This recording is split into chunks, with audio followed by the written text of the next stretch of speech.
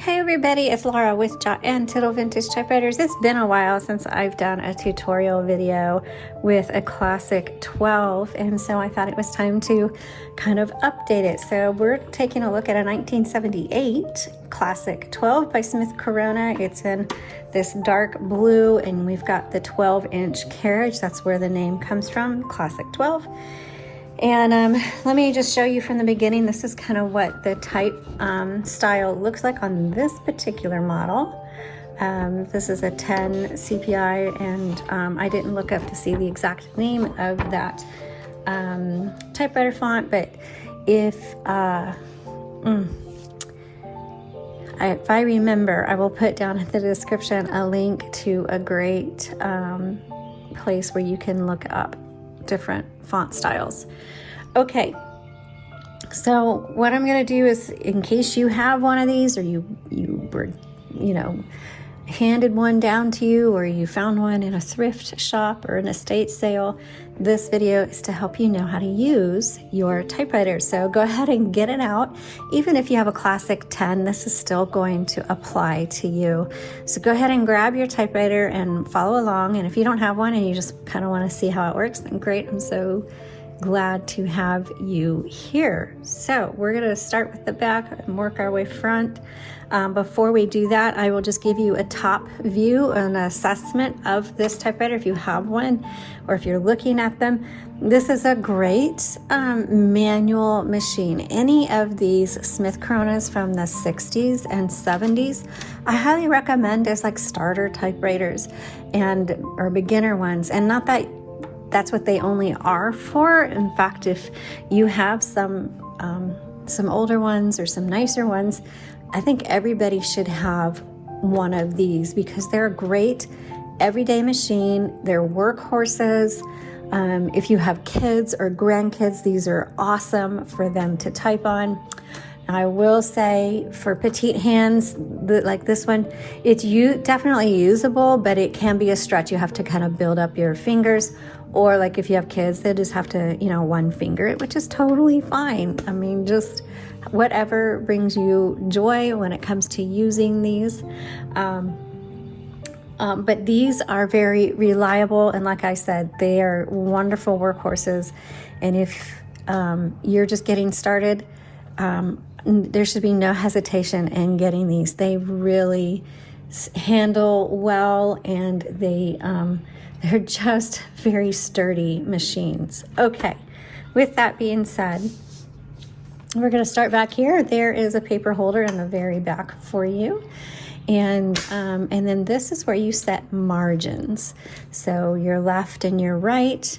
And I know our computers do that for us automatically, but you have to manually set them. Also, you're going to notice there's a little ruler here, and that just kind of helps you, see where you're going, and if you're wanting to set tabs where you would like to set them, or it's just for your benefit. These were used as office machines, and they were very specific expectations and type styles for letters and various documents, and so these were heavily used by the secretaries of that time. I actually wouldn't even know how to use one very well, but that is where our we have these backing sheets that I designed, where they come in handy, and they come in packets of 12 with different designs and styles.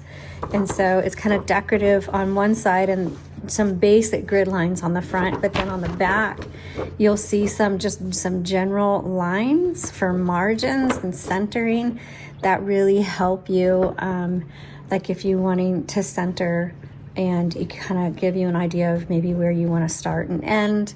I now don't type without one because it has become so helpful for me. So those are on our website, and there's a link below for you if you want to look at that. And you can see with paper, you can see through it. And even if you don't use the ones that I have, I do recommend that with typewriters, you use 2 to 3 sheets when typing, because it protects the platen, this is the roller here. It's called the platen. It protects it. And it also just makes it for kind of a smoother typing experience. So when you do put in your paper, you're gonna put it in right behind this flat paper table is what it's called.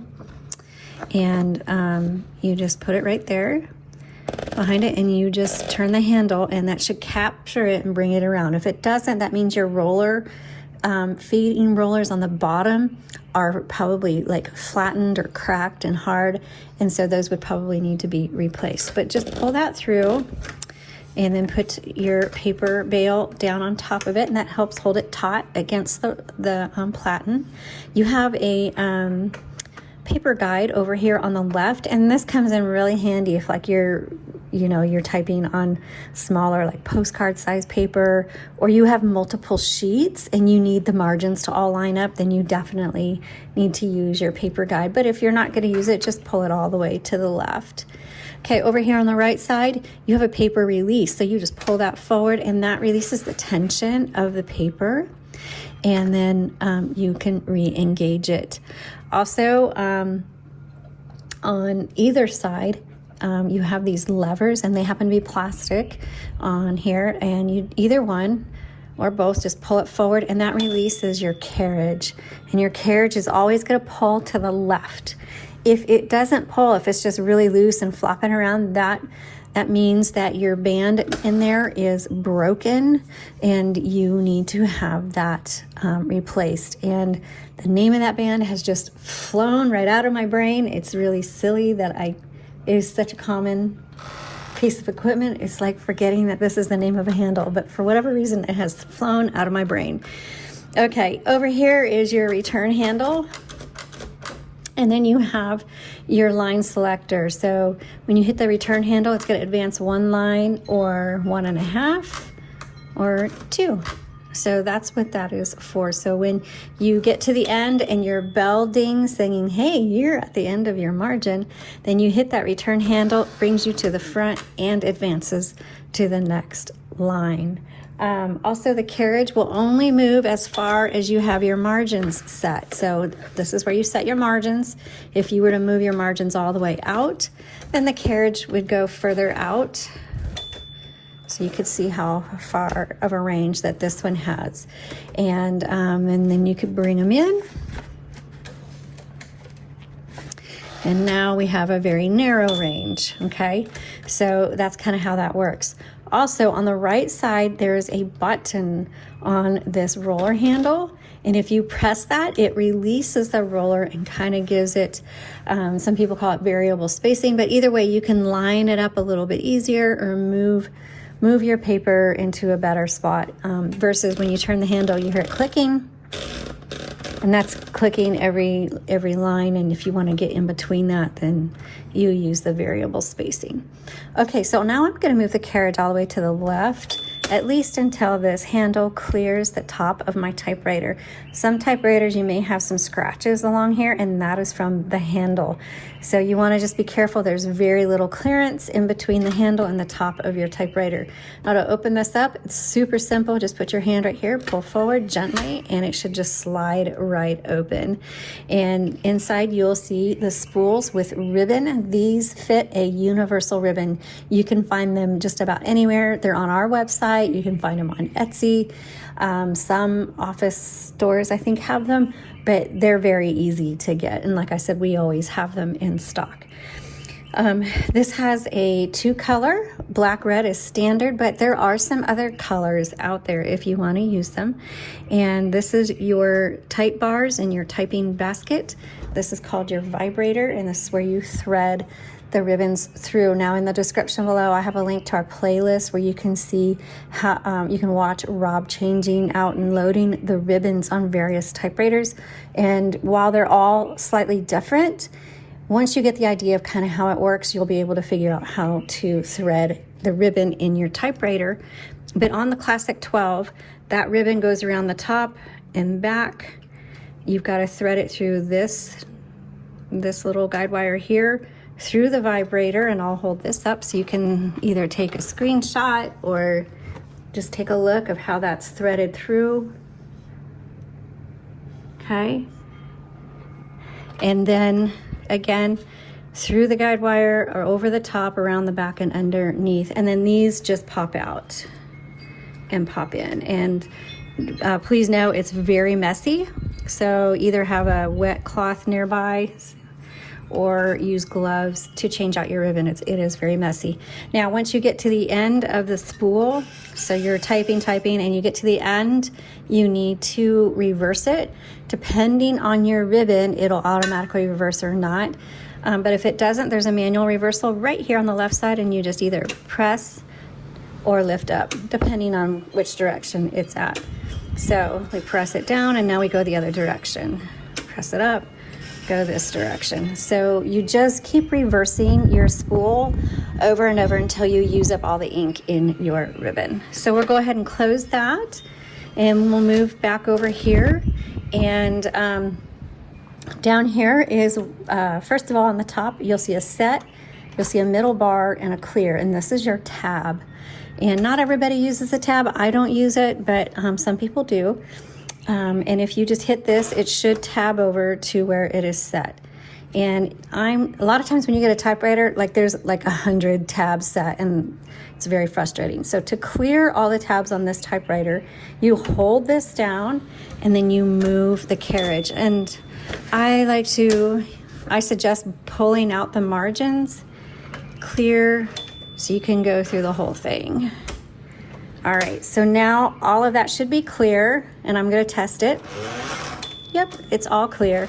Now the reason I put my hand here when I hit tab is sometimes that carriage can go flying, and when it does, it's really jarring, and if you have a mug sitting here, it could get broken, but I don't like it when that carriage goes flying, so I always put my hand here in case that carriage decides to go flying. Okay, so then you can set. So let's say I want to set one there, just hit set. And now we have a tab. Okay, so let's put our margins back. And that's how you set your tabs. The LMH over here on the left side, that just tells it just has to do with how hard these type bars, this is a type bar, okay, how hard it strikes your paper. And there's two ways to adjust that. One is here, and the other is with your fingers. So like my husband has a very heavy hand, so when he types, it's, you know, I did that way too hard, but that's about how hard he types, okay? I have a very light hand. So and you can see even how dark it is, and it even kind of splayed the ink a little bit because I hit that so hard. Anyway, so that's how you can adjust the tension on a typewriter. Over here on the right side, that's your color selector. Right now it's on black. Just move it to red.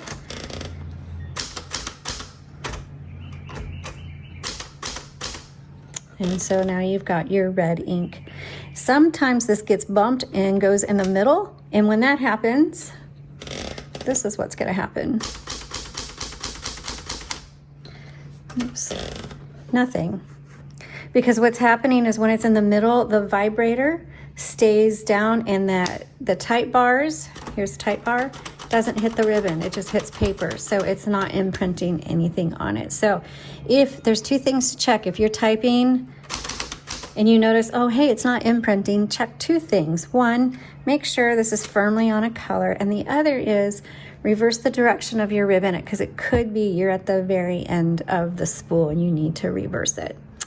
Okay, so down here is there's a half space, there's a regular space, and there's a power space. And that is how you use, let me show you a couple of things. Here's your backspace. Backspace does not erase, but if you make a mistake, you can go back and just either X through, or you can line through your mistakes. And then over here, you have your margin release. So let's bring my margin in.